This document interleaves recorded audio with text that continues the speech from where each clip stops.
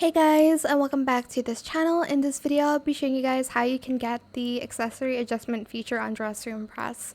So you actually need to play 30 rounds to get it. I'll just put on a random accessory here, and I'm just going to color it this pink. And as you can see, there is this icon which is new. This is the accessory adjustment, but I need to play 30 rounds to unlock this feature, so you do have to do that. I haven't played any rounds yet because I'm just showing you guys around on how to get some items and stuff.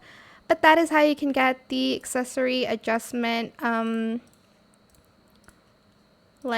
feature. You need to play 30 rounds in order to get it. And that is it for this video. I hope it was helpful for you guys. Don't forget to like, comment, share, and also subscribe to this channel if you haven't done that already. If you have any more questions about this video, just leave it in the comment section down below. I will try my best to answer them all for you guys. And if you found this video helpful, please click the thanks button as well. That is it. Thank you so much for watching. Bye!